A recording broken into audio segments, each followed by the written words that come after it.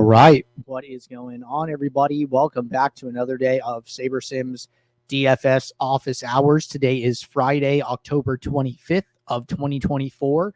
And looking ahead here, we have a 10-game NBA main slate tonight. We have game 1 of the World Series, and then we have a 4-game NHL slate, and then we also have a 3-game college football main slate. So there's a ton of DFS action to play tonight. For those of you who are new here, welcome. My name is Andrew. I'm one of the coaches over here at SaberSim. This is a show where we go over how to use the SaberSim app, answer any and all DFS related questions. Get your questions in one of 3 ways here. First off, send us an email, support@sabersim.com. Second, post it live in the YouTube chat. Third way, post it in the office hours channel in our Discord server. If you're not in our Discord and want to get access to that channel, there is a link in the description of this video. You also get access to our similar channels, individual sport channels, and you get access to the rest of the SaberSim teams. Can't say enough good things about the Discord. But with that said, we do this show Monday through Friday, 4 p.m. Eastern, and we do this show on Saturdays tomorrow at 12:30 p.m. Eastern. So tune in, get your questions answered. We also have our build review show that goes live at 5 p.m. Eastern, Monday through Friday. But with that said, let's get SaberSim pulled up here, and let's get some questions in the queue. So we did have questions that came in yesterday. And let's see, looks like we have our first question from Leonidas, and then followed by a couple others here. So a couple good ones. Talk through these. Got one about cash games. Got some build review requests. Can totally knock these out. And looks like the last one is from Great White Shark. All right, cool. So we'll start with these, and we'll see where we go from there. So first question, Annalisa said, I love SaberSim. Me too. Me too. All right, how do I create an NBA group in the new SaberSim page? So if you're moving over, if you make the transition from old SaberSim to new SaberSim, groups are going to be right here in this rules section. So go to rules, go to add new rule, and then you go to group. You can do automatic rule, manual rules, whatever you want to do. You still have the options to, instead of use, you can do an if-then rule, right? If-then rules are super cool. We use those a lot. So that is where the rules lie. And then we do have a new rules tutorial. So if you go to our help docs, go to view more, and I believe it's under tutorials. No, it's under frequently asked questions. How to use lineup rules. So we have this option here as well, which can help you out. I'll drop this as a link in the YouTube chat in case anybody needs that. And then I will also put it in the Discord where you ask this question. That way you can have easy access to it. So let me get that taken care of really quick. This one came from Leonidas. All right, just sent you that article, which should help you out. All right, let's get SaberSim back up, and let's hit this next question. Hello, can you walk through your process for cash games and GPP process if you're doing both? I'm having trouble filling the lineups correctly for cash versus GPP. Could you show how to fill with 2 separate builds and late swap? Thanks. Could you also go through how to run a sim on other sites like Yahoo? I created the sim manually and ran the sims, but I'm not seeing the metrics. I tried doing an aggregate metric as well, but am not seeing the numbers for the sims.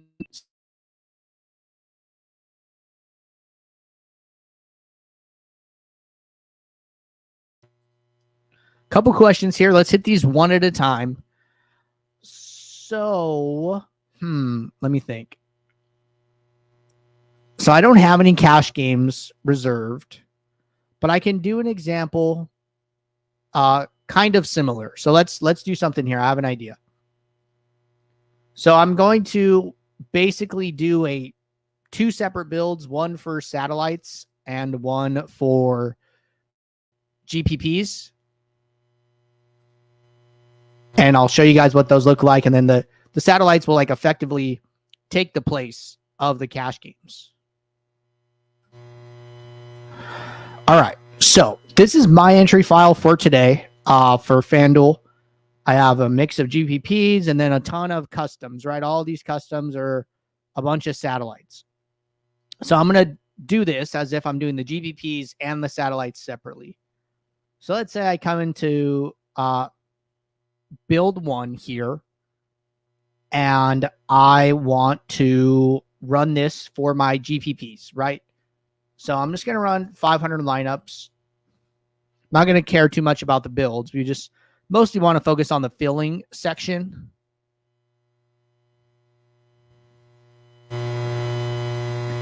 So let's let these run.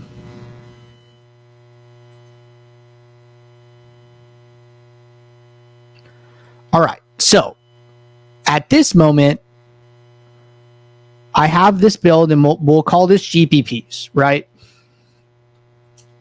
So I got my GPP build. Great. Now let's say that for this one, I want to use SaberScore, for instance, right? You would put whatever sorting metric you want. So what I would do is I would right click on type, and then I would uncheck GPPs. So this is just for viewing purposes only, okay? You're not actually unchecking your GPPs as if you're unchecking them from the top left. This is just to have them in view. So I only want to look at the satellites because I want to uncheck them. So this mass uncheck in the contest name allows me to deselect all of the satellites at once. Now, when I reselect GPPs, guess what? These are still checked. So then now I am only viewing the GPPs, which is perfect, right? This is exactly what I wanted anyways. So now I'm looking at the GPPs. Let's say I'm good with my sorting metric. I'm happy. I want to put a unique lineup in all of these. Okay, good. So once I click save, it's going to start filling them, right? We're going to see it go down the list. And then it's going to stop at the last checked contest. So I've saved all my GPPs. Great. Now I'm going to go to my second build. This would be your cash games, however you want to do this. Okay, I'm going to do 500 new lineups. And we're going to let this run.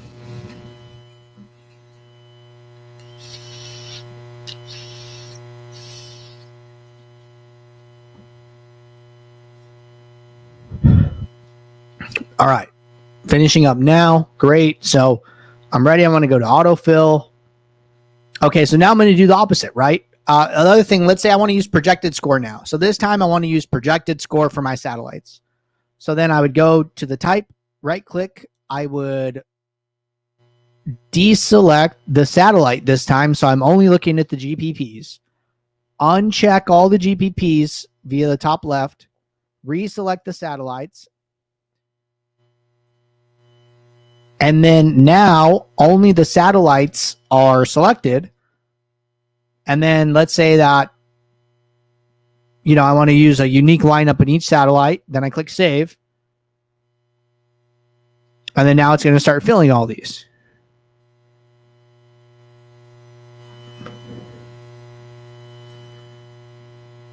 And then once it gets down to the bottom, we're just going to wait for that.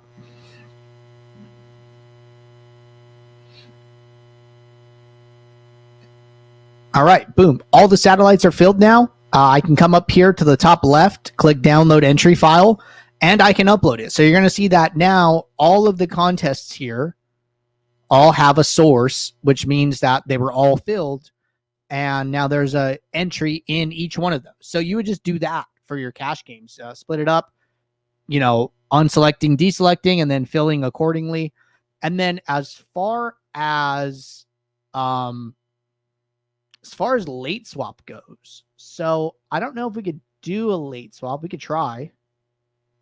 So for late swap, you would just want to come into this list here and select the contest that you need. So you could do it the same way, right? It looks like you have the ability to right click on the type in this select contest to late swap window. So then I would just set up one build for only my GPP contests, right? I got my GPPs all selected, have a late swap for those, have a late swap for the satellites, run those, save those, and then download them together. So the only thing I would say there is run it, save it, and then run the second one, save it, and then download them all together. So don't download in between. Wait for all of your late swaps to be done, download it together, and then upload it to the site. It would be the order of operations that I would go in. All right. Second question was, could you also go through how to run a sim on other sites like Yahoo? Yeah, sure. So let's go to Yahoo's NBA slate for today. So one thing with sites about like Owner's Box and Yahoo is that we are not going to have a contest list for them. You're not going to see any contests that we have in our database by default, which is why you see this create contest sim button here. So you click this, set up your contest sim. Important to select a field lineup source, right? There's not one selected by default because there's no way for the builder to recognize what the correct setting is since there's no contest to reference the dollar entry value. And then, once you set it up, once you're happy with it, right? Say we're playing like 1,000-person single entry. And I just put 1, save that. So as long as all this information's filled out, should work fine. So we go to our build.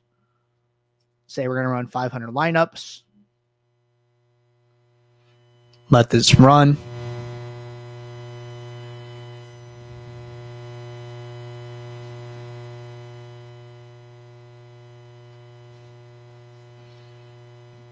Finishing up now. All right, cool. So build runs, we're going to click run contest sim. So one important thing here is that if you're doing this manual contest sim, you're not going to be able to use target ROI because target ROI is looking directly at the contest, but we did a manual one, right? So you're going to have to go to contests. Don't go to target, but go to this one that I named and then click the ROI for that one. And then when you do that, you're going to see the ROI in the summary stats. And then also for an aggregate metric, say I want to do average ROI. Well, don't use target, use the custom named one, click ROI for that. And then it will populate, right? If you use target, it will not populate. So just switch it and then you should be all set. And that was the third question about the aggregate metrics. So I think we got it all there. Values are showing, and that is how you do it for Yahoo. All right. When I'm setting min/max exposures in single fill, but enter my lineups through autofill, does it still honor my exposures, or do I have to run my build through autofill and then do my exposures? Thank you. Good question. So you want to set those up before. So you would want to set up your minimax exposures in direct fill, then switch to autofill, and then save it. Now, the one thing to be aware of is if you have, be careful using max exposures and filling single entry contests. And the reason for that is because a player's exposure in a single entry contest, when they are in the lineup, their exposure is 100%. And then it's kind of all or nothing, right? It's 100% or it's 0. If you have an 80% max exposure to any player, well, guess what? They are never going to be able to be put into a single entry lineup since their exposure cannot be higher than 80%. But to be in the lineup, it must be 100. So be really careful doing single entries in general. And then also, if you have minimum exposures too, right? If you have minimum exposures to, I have 10% to Kelly Oubre, well, guess what? The builder has to put him in your single entry contest. So what I would probably recommend is doing minimax exposures for like 20 maxes and 150 maxes only, and not doing them for your single entries if you're using autofill. The other option is to autofill your like 20 maxes and 150 maxes and then do direct fill for your single entries and group all of your single entries together, whether you're using average ROI or Saber score or whatever you're doing. When you have a big set of single entries, like you have 10 single entries, 15, then okay, now your numbers are high enough to where you can start using those minimax exposures again. But just be aware of how the exposures work with single entry contests. All right. Next question. Is it more advantageous to set lower min uniques for some contests, example, winner take alls? Is it worth adjusting min uniques specific to each contest under the autofill tab rather than just one setting for all? Good question. So, I think the right answer is that if you had the time to go through each contest and set a specific min unique number for each contest, I'll tell you guys how I do it, just for time saving. So basically what I do is, I will start in direct fill, and then I will go to my contest list, and then I will select the highest number of entries that I have. So right now I have 150. Okay. So I'm going to do 150. I'm going to set up an average projection and average ROI aggregate metric, which I didn't run the contest sim, but we can imagine the ROI ones here. And then I start adjusting my min uniques, and I'm paying attention to how far my projection and ROIs are changing. And so like here, I start with uniques 1, 316.77 projection. Uniques of 2 drops it to 316.4, so only a 0.3 drop. And then uniques of 3 drops me like another 1.1 points. I don't love that. I might just stop at 2 personally here. But then I'm like, okay, I'm going to use min uniques of 2 for 150s. I could go and, do a 20 max and then do a 3 max, and find a unique number for entries of that type. That might be something you want to do, right? So like, I was like, okay, I found my unique number for my 150s. Great. Well, then let's go and let's do 20 max, right? And then, okay, I'm going to look at what number I start with, 320.4. Uniques of 2, I'm still at 320.4. Uniques of 3, I'm at 320.1. Okay. Uniques of 4, I dropped to 319. So maybe I do 3 now, right? And so, okay, 150s, I did 2. 20 maxes, I did 3. I could just make an assumption and be like, 3 maxes, I'm going to do 4, right? So you could do this like scaled min uniques idea. I kind of like that. So that could be one way to think about it as well. I normally just do the 150 and I let that trickle down to my 20 maxes, and then for like 3 maxes, I'll go 1 more. But maybe I'll switch it up based on what we just seen and do like 2, 3, 4, or 3, 4, 5, or 1, 2, 3, or something along those lines. So give that a shot. All right. Andy said afternoon. Aggie said, what's up, Andrew? What is going on, everybody? Warlock said, for Showdown, can you explain geomean and how do I create a filter in the post build for it? Sure. So geomean is a form of product ownership that allows you to better estimate how likely a lineup is to be duplicated based on the ownership percentages and the number of entries in the contest and the number of players in the lineup. So imagine, let's like do like a simple example. Imagine I have, 3 player lineup, right? Well, in lineup 1, the players are owned 20%, 20%, and 20%, right? And then in lineup 2, the player ownerships are 50%, 5%, and 5%. So both of these sum up to 60. This lineup would have total ownership of 60%. This other lineup would have total ownership of 60%. But because these values are smaller, the product ownership, when you multiply these together, tells you that, hey, this combination of players is less likely to occur because when you multiply it together, it's a smaller number than if I multiply the 20% together. That's basically what's going on with geomean. So now what you can do, right, in your build. And we were talking about showdown.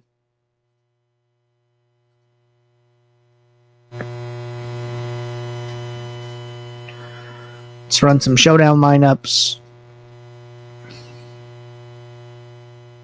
All right, we'll run 200 lineups here.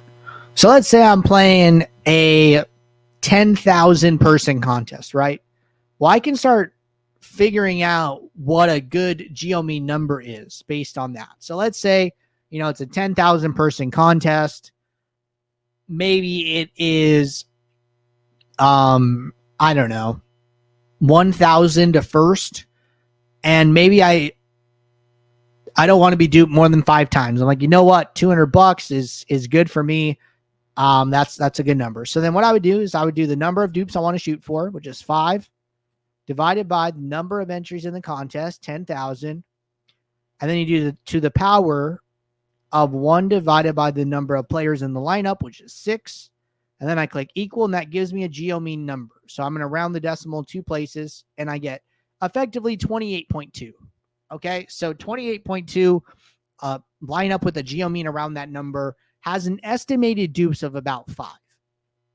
So now that I know that, I can go to my sorting metrics. If I'm on Ultimate or the old Pro, I can go to add metric, and then I can create a metric that looks like this: my own product geomean value, where it's going to calculate the geomean of each lineup by multiplying them together and then taking it to the power of 1/6. And then I just named it geomean so I know what it is.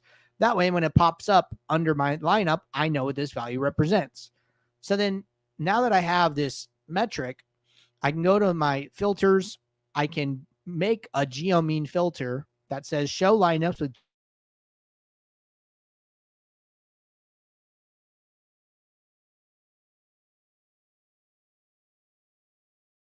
less than 28.2. Turn that on. It looks like there was only one in our entire pool. We had one lineup go in the trash here.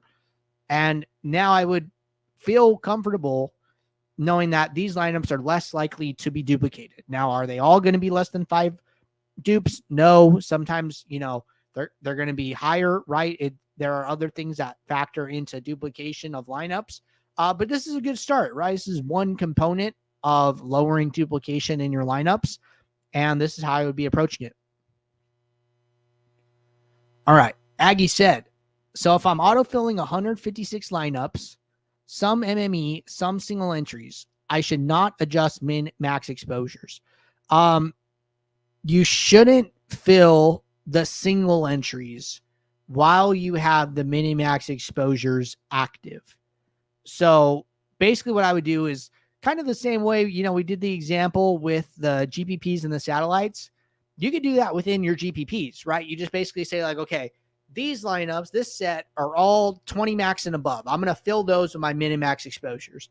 And then, you only select that subset, you fill those, and then you deselect those, you select all your single entries and say, okay, with these ones, I'm going to reset the columns.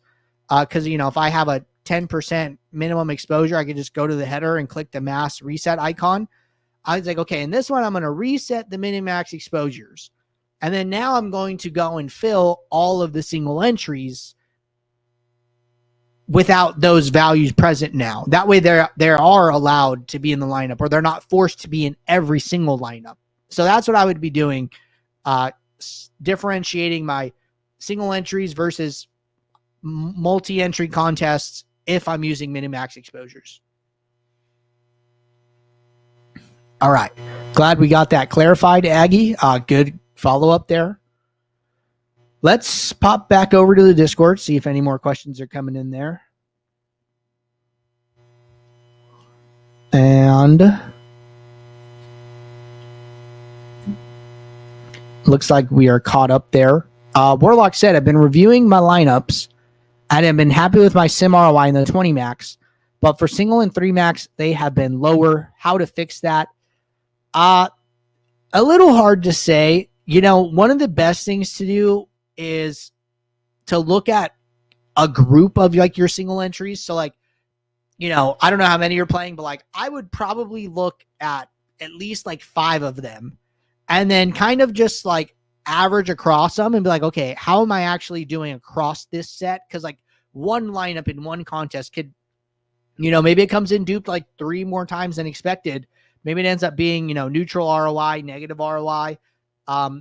This is like kind of what I do since I play so few showdown lineups. I'll do this on like a Sunday where, I usually play like 5 to 10 lineups in showdown, but I play every showdown, right? So I'm playing like 15 a week.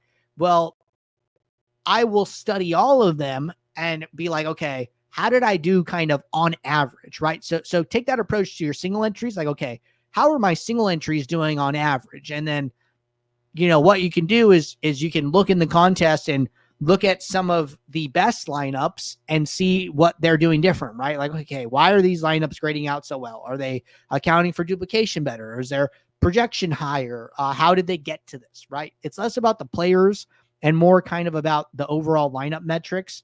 But I don't think it's unnatural or I don't think you're going to grade out well in every single entry that you play. But if you're grading out well in like 80% of the single entries you play, then okay, you should feel comfortable with that. But I would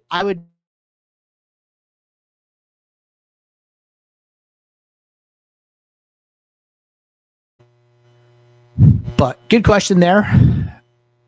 And with that, I think we're all caught up here. So we do have the Build Review show going live in about 30 minutes. Do have plenty of people to review today, so it should be a fun one. But appreciate you guys tuning in. I'll see you all in about 30 minutes. So until then, take care. Good luck. Thanks. Bye.